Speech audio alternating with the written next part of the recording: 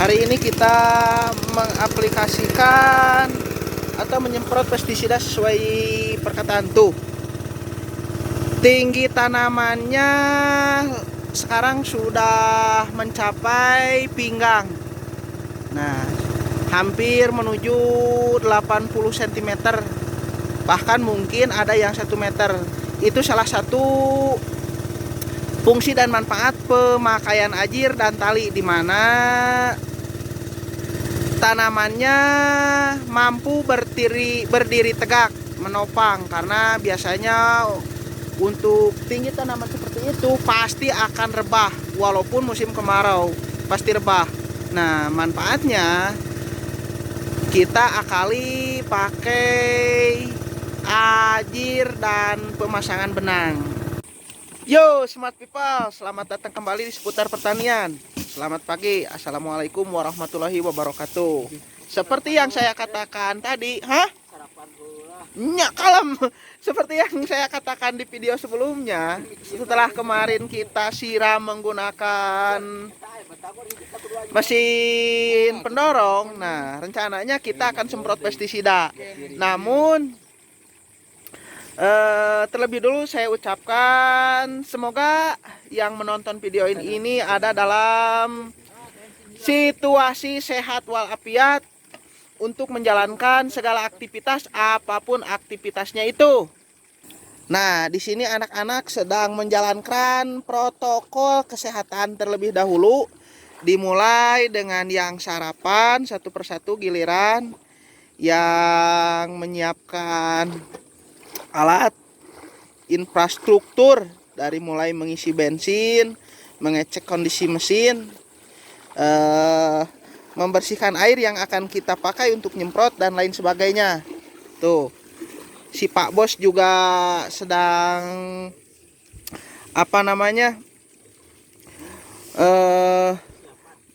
memasang kembali mesin pendorong karena kemarin tidak selesai menyiram. Tapi kita lihat sajalah sambil berjalan. Nah, ini pestisida yang kita pakai, yang akan kita pakai belum kita buka, nanti kita unboxing jenis pestisida apa saja yang akan kita pakai. Nah, yang paling penting dari menyemprot tanaman itu sarapan dan air minum. Kenapa? Karena itu akan mempengaruhi kesehatan di kala pandemi.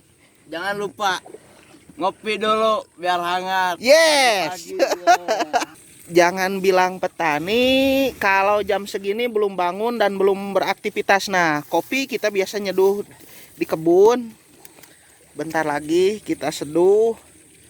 Nah, sambil ngerokok, sambil melakukan persiapan.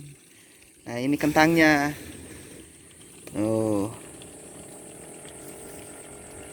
Rencananya pestisida yang akan kita pakai berbeda dari bawang daun dan kentang. Sekarang kita fokus ke bawang daun dulu sebelum ke kentang. Tuh, kita adonkan. Yang pertama kita masukkan dulu perkat. Kalau kalian bagaimana? Kalau saya biasa di awal. Kenapa?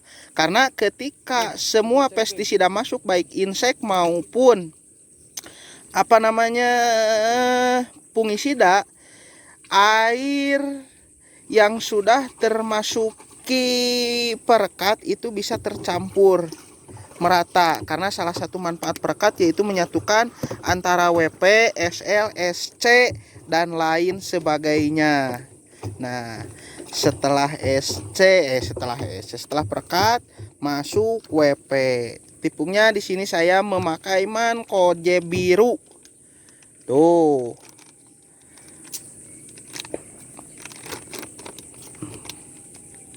Sok lah tong di dosis-dosis, habak-habak weh.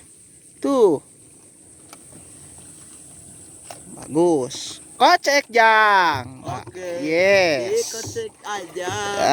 Sambil dikocek. Udah ngopi. Iya, budak aya bahan tukang ngalonyeng jagana. Ngalonyeng. Tuh, sambil ngerokok juga nggak apa-apalah. Nah, Mankoji biru sebagai kontaknya. Nah, untuk sistemiknya saya memakai bahan aktif asam fosfit untuk mengurangi stres yang telah saya oplos atau mix dengan golongan bahan aktif di Metomorph. Ingat ya, saya hanya mengatakan bahan aktif. Adapun merek dagang bebas. Tapi ingat, awasi, kenali dan cermati karena tidak semua merek dagang yang beredar di pasaran itu kualitasnya bagus. Nah, untuk insektisidanya saya memakai Lambda Cihalotrin. Ya, golongan rendah saja dulu, pertengahan. Karena si bawang daun tersebut saya peruntukkan hanya untuk skala bibit, bukan untuk skala produksi seperti yang saya katakan di awal video yang kemarin. Oh iya, saya di sini cenderung asal untuk pestisida dan insektisida bawang daun dan kubis. Kenapa? Seperti yang saya katakan, saya hanya ingin mengurangi hama yang ada. Jadi kita biarkan kelaparan saja dulu. Karena untuk skala bibit. Jadi pas nanti dipindah tempatkan itu akan lebih cepat pertumbuhannya. Tinggal kita menyesuaikan pupuk dan masa pemeliharaan. Tuh, seperti yang saya katakan, kopi sudah datang. Si emak ngirim kopi. Tuh, si emak mah bager. Kopi, kiripik sampo siap mak, kayak sekedap. Mesin penyemprotnya di sini saya menggunakan Honda GX 160 atau 5PK bertenaga Sansin. Nah, kenapa saya suka dengan mesin ini? Selain bisa dipakai untuk mencuci mobil, motor, mesin ini sangat mudah diatur tekanan anginnya. Jadi bisa disesuaikan karena kapasitas tenaganya gede sekali. Nah, tuh, kopi-kopi, cemilan, ois, rag-rag, tuh. Petani biasanya seperti ini. Tahu kalau di tempat kalian. Nanti sekitar jam 10 kita ngopi lagi.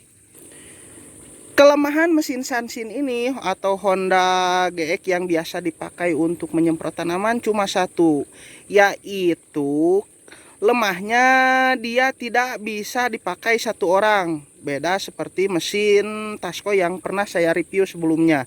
Nanti ini kita review khusus, tapi ini hanya selewat. Jadi membutuhkan 2-3 orang untuk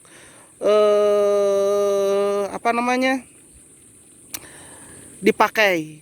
Butuh 2-3 orang untuk memakai mesin ini. Karena memakai selang juga, beratnya juga. Ya kurang lebih seperti itu. Nanti kita ada review khusus lah. Karena ini channel seputar pertanian. Aduh, ya ayahku normal ya umat.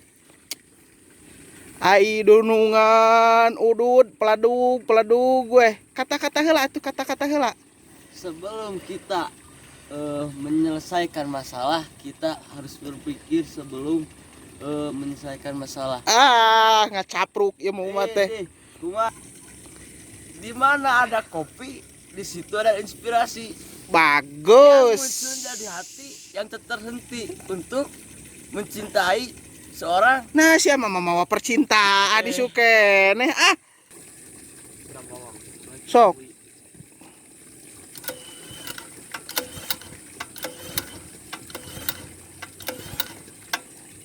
Nah, kita nyalakan dulu mesinnya.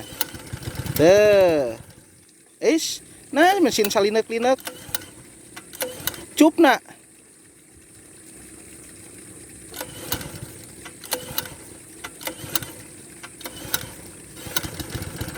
Nah, biar dek lancar jaya teh. Tah.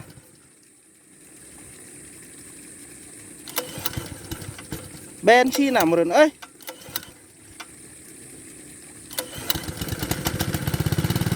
Sip. Mesin sudah dinyalakan.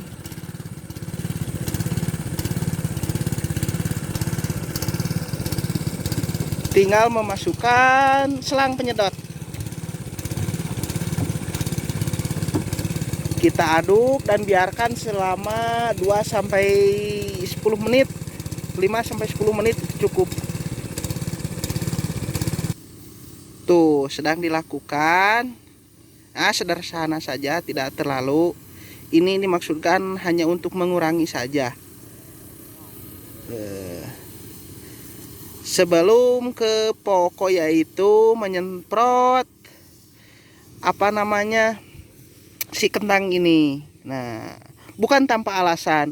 Jadi sambil menunggu si kentang ini kering dari ibun. Nah, dari embun, pokoknya nunggu kering lah, nunggu kering dulu supaya si pori-pori dalam daun kentang tersebut terbuka. Nah, jadi kita semprot ini dulu.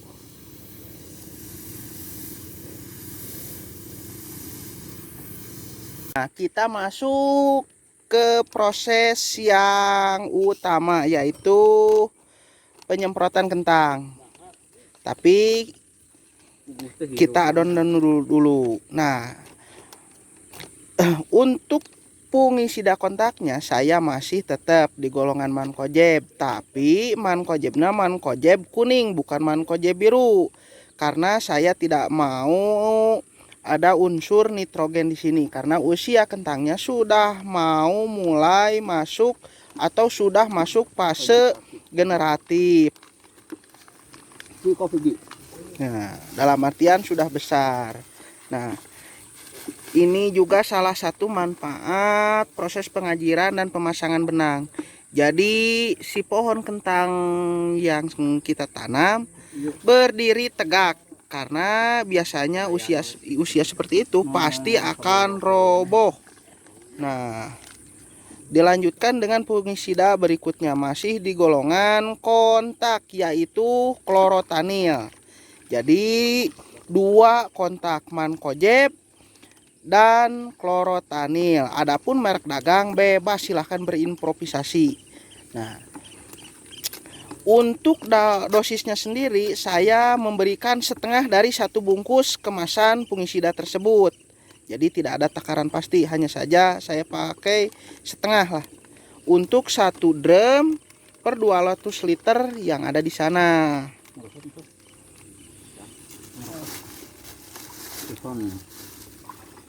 Nah, pohon pengen kapang rapat atuh. Sok bae dan ieu kene pangrapatan lagi. Sip. Nah, untuk sistemiknya saya memberikan asam fosfit. Nah, kenapa saya suka pada golongan asam fosfit tersebut? Karena bisa mengurangi stres pada tanaman, apalagi sekarang musim kemarau di mana panas terik dan kandungan air berkurang. Tuh, sedang diberi perekat. Nah, ini adonannya di sini. Nah, asam fosfit dan juga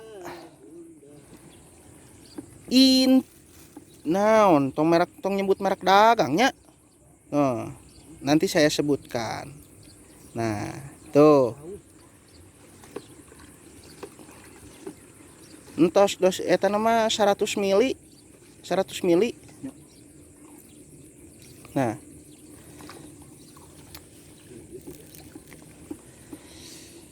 Nah, ini masih fungisida sistemiknya. Saya memakai bahan aktif flupicolid plus pramokrab hidroksida. Nah, 2 bahan aktif punyanya FMC. Nah, untuk sistemiknya itu masih di golongan fungisida. Sekarang kita masuk ke insektisidanya. Saya memakai golongan abamectin untuk liromijanya. Karena sekarang rawan liromija. Golongan abamectin kita kocok terlebih dahulu karena biasanya golongan abamectin itu kental seperti kecap.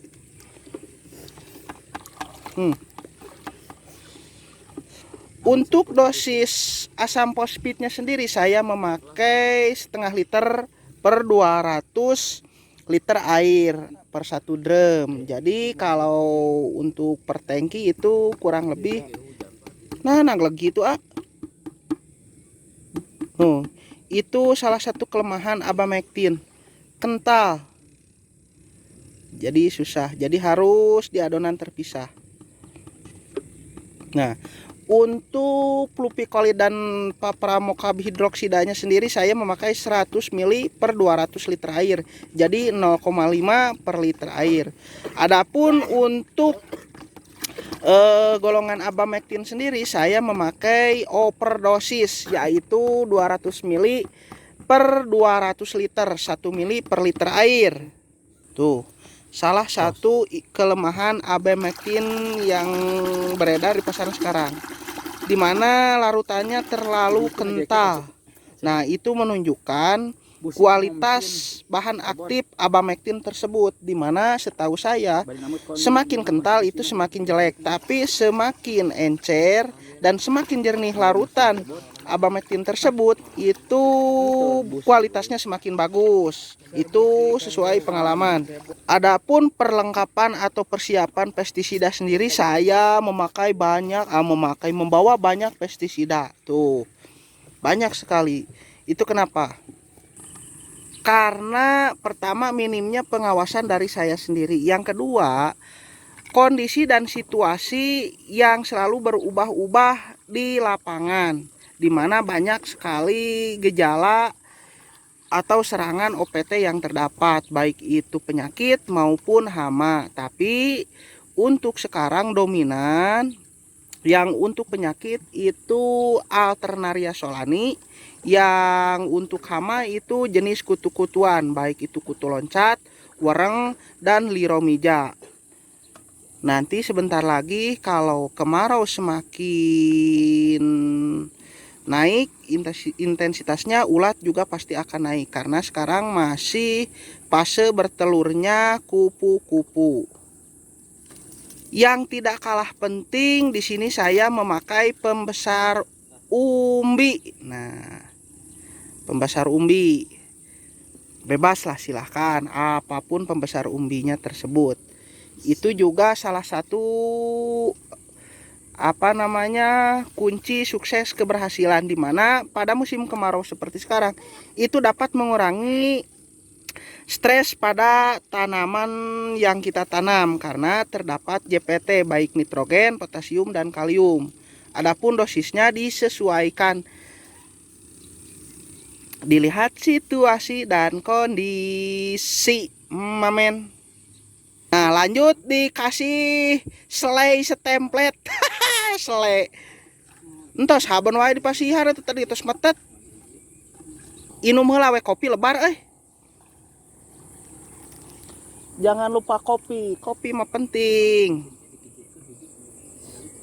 Yang salah di sini hanyalah penggunaan airnya saja, dimana airnya air tampungan dari selokan, dimana pH airnya saya tidak tahu pasti berapa kandungan pH-nya, karena itu akan sangat menentukan daya jelajah dan efektivitas bahan aktif yang saya pakai untuk menyemprot. Baiknya pakai air dari mata air, air kolam yang jernih, ataupun air PDAM. Itu akan sangat lebih efektif, dimana daya jelajah bahan aktif yang kita pakai untuk menyemprot tanaman itu bisa bertahan sampai 15 hari. Nah, kalau air yang seperti yang saya gunakan paling 2-3 hari. Nah, sudah dinyalakan dan sedang dilakukan penyemprotan. Tuh. Adapun prakteknya penyemprotannya seperti apa, silahkan disesuaikan dengan kebiasaan daerah masing-masing. Tuh. Nah, setelah beberapa menit adonannya sudah mulai tercampur rata dalam air. Ingat ya,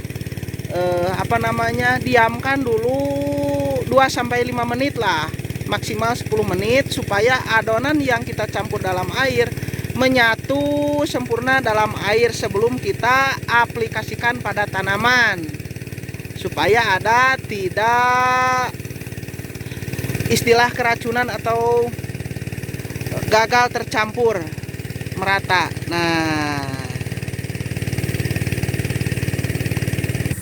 Nah, kita semprotkan tuh. Itu yang saya suka pada mesin Sunsin tersebut, dimana tekanan anginnya besar, jadi mampu menciptakan partikel-partikel kecil mirip-mirip embun lah tuh.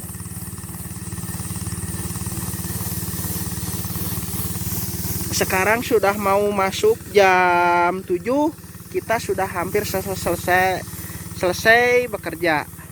Nanti kita pindah ke tempat yang lain. Oke, Smart People, saya selalu berharap selalu ada hal dan nilai positif yang yang bisa dipetik dari setiap video yang saya upload. Lebih kurangnya seperti itu.